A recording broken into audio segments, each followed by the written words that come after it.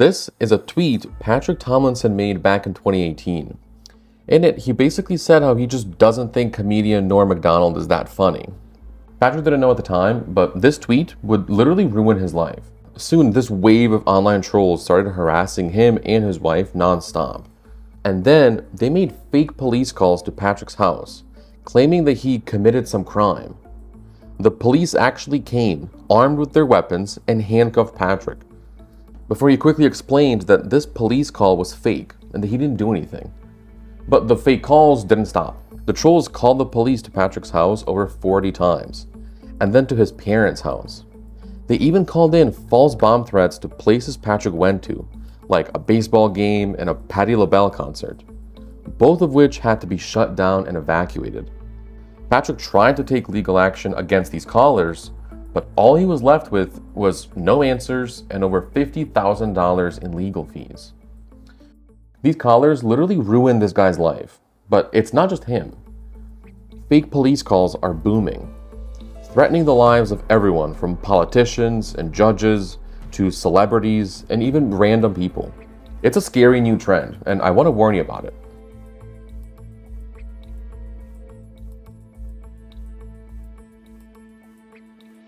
I need to get a haircut. So there's a name for this phenomenon, and you've probably heard of it somewhere before. It's called swatting. Swatting. It's when someone makes a fake 911 call to get armed police to show up at another person's house. Swatting started off as a prank, usually in gaming communities. Tech-savvy gamers would find the address or phone number of gamers they're mad at and get the police to knock on their door to scare them. But it didn't take long before these pranks turned deadly. These two obvious gamers got into an argument after they both lost a Call of Duty wager. That wager was $1.50. Their argument over this gigantic amount of money escalated to the point where Viner threatened to make a fake police call to Gaskell's house. And to basically sound tough, Gaskell gave Viner an address, but he gave him an intentionally wrong one. But Viner didn't know that, so he contacted an anonymous swatter called Tyler Barris, who goes by Swattistic. Barris called and claimed to be this guy called Brian who was living at the house. And what followed is probably the most predictably American outcome. The police came to the house, and then one officer thought he saw a man reaching for a weapon and fatally shot him. And that man was not called Brian, but Andrew Finch. Finch had absolutely nothing to do with either Viner or Gaskell. He didn't know them at all. He was just a random guy in a random house. But because of $1.50 and a fake police call, he died. And not even 3 years later, and Swatters killed another person, and for an equally dumb reason. The Twitter handle Tennessee belonged to a man called Mark Herring. And because he didn't want to give up the Twitter handle, Swatters found his address and called the police on him.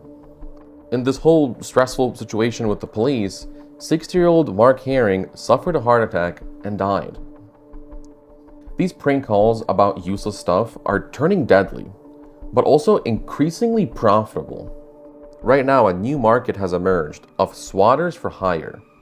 These swatters, usually teenagers, are now charging people to make fake police calls for them. Let's say you're mad at someone for whatever reason, and you don't want to physically harm them, but you still want to get back at them. So instead of hiring a hitman to literally, instead you can now call a swatter to get the police to show up and scare them. Which is such a sadistic thing to do if you think about it. You're literally wasting your money to make sure that you've made some other person scared. One of these swatters for hire, 18-year-old Alan Fillion, was just arrested last year. He used software to alter his voice, and Vice News actually found some of these calls. So let's take a listen.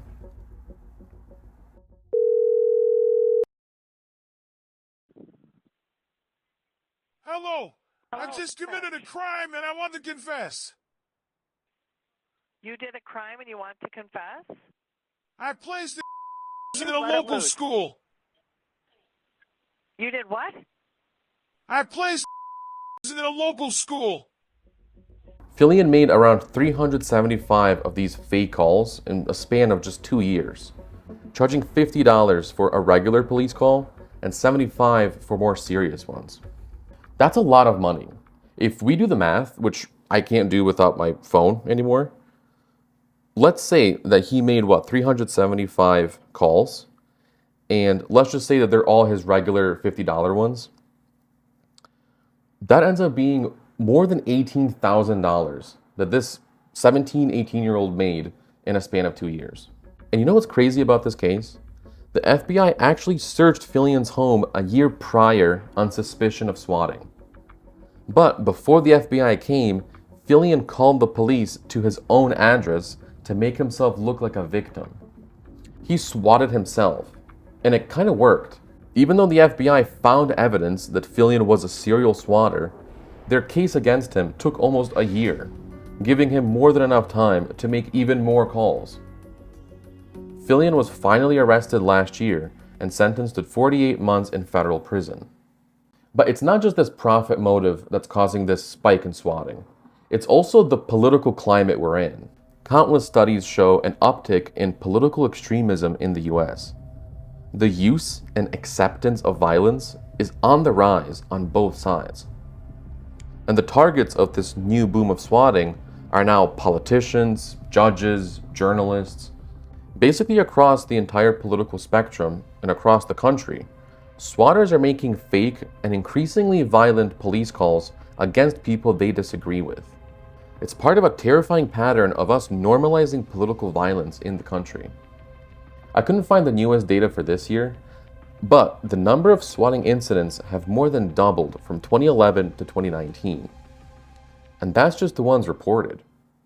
I remember reading The Crucible in high school about the Salem witch trials and thinking, man, these people were so stupid to get involved in this mob to hunt witches in Salem. Thank God that today we don't do that anymore. But how is this any different? Swatting is basically a modern-day digital witch hunt. Instead of neighbors accusing each other in person, it's now anonymous mobs online making fake police calls. The effect is the same, to ruin lives and spread fear. And instead of pitchforks, it's semi-automatic rifles. The classic mob mentality amplified by technology. So what can you and I do? What can the regular person do to make sure they don't become a victim of swatting? Well, first, never share your exact address online. The less info trolls have, the harder it is to target you. And if you do get swatted, stay calm, keep your hands visible, and follow police instructions very carefully. It's scary and annoying, but your safety is the priority. If you get spooked by the police, things can go sour, like they did with Andrew Finch and Mark Herring. And obviously support new legislation that is trying to tackle swatting. But honestly, for the regular person, the best thing you can do is educate yourself and others. Tell your friends and family about swatting.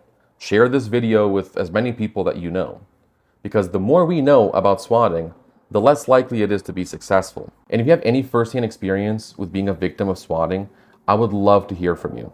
Drop a comment below, let's talk about it. And like and subscribe to support this channel. It's because of your guys' support that I'm able to make these kind of videos. So thanks again for watching, and I'll see you guys in the next one.